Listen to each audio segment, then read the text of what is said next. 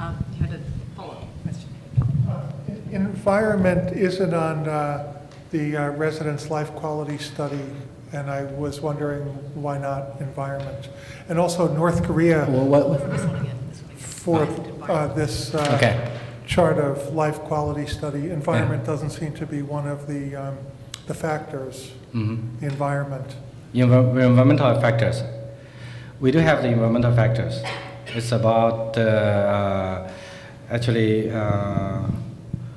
that's about their living the environment.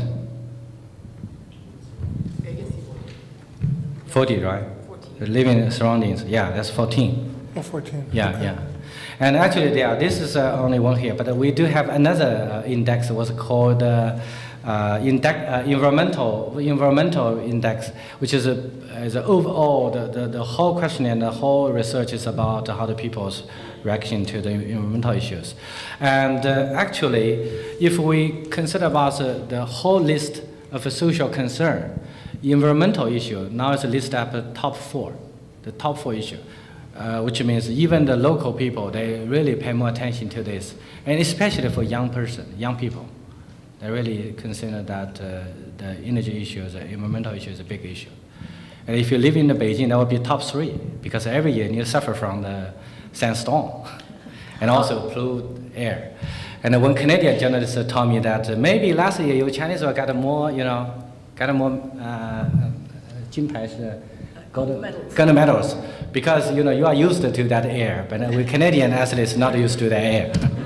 I mean, one question I had very quickly, the traditional perception is that Chinese just, it's a very political society that everybody just cares about politics. But one thing that seems apparent from your polls is that, kind of personal, social issues are much more important.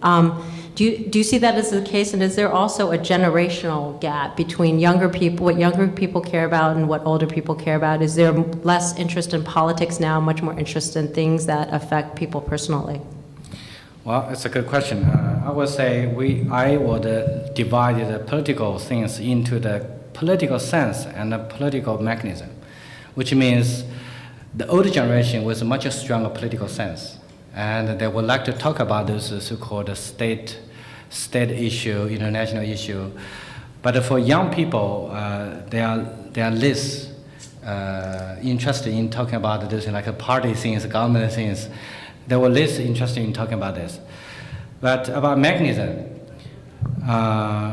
the young generation would be interested in if give them any chance to participate in it. So that's why when we look at the internet, e-governance, those people raise complaints, many of them, and they give comments, many of them are young people. The old people, first, they don't know too much about a computer, and the second, they will be not familiar with that kind of thing.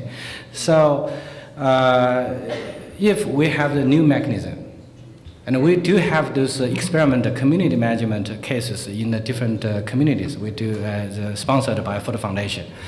We find that if we developed a more participatory social mobilization within the community, then we got more young activists.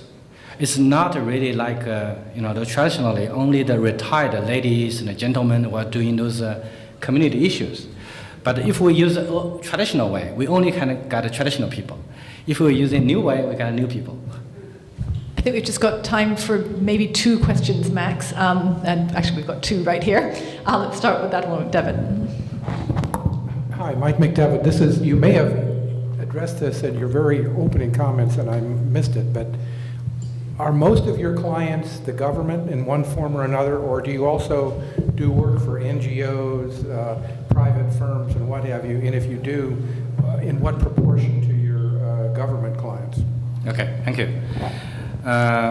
If I give you detail about the structure of our clients, it's about 50% are multinational company.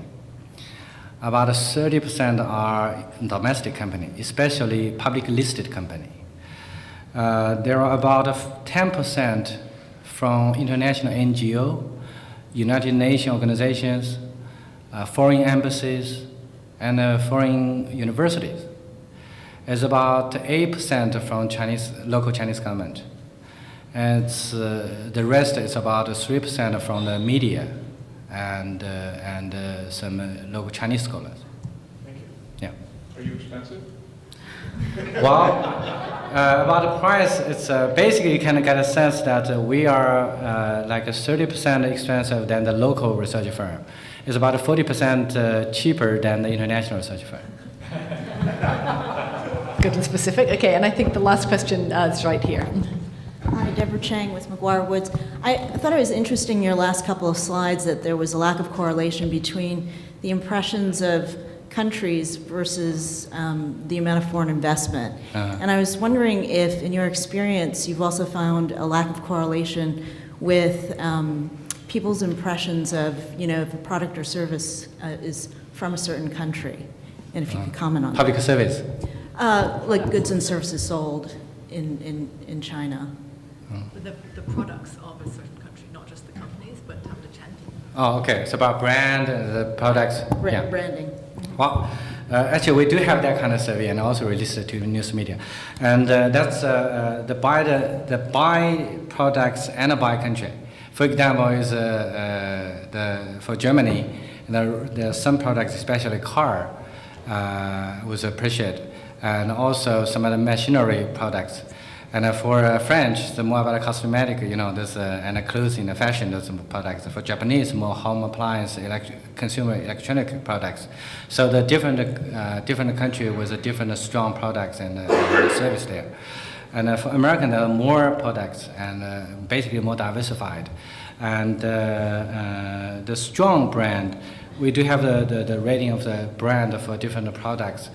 Last year, we're doing a survey for 60 type of products, and among all this top one, it's like 42 come from US. So I think the US would be the largest country that contributes the most attractive brands to Chinese consumers, especially to the young generation consumers. I'm afraid we're out of time, but thank you very much indeed, Victor, for sharing this wealth of information with us. And maybe if people are interested, they can come up and have a chat with Victor after the program. Thank you.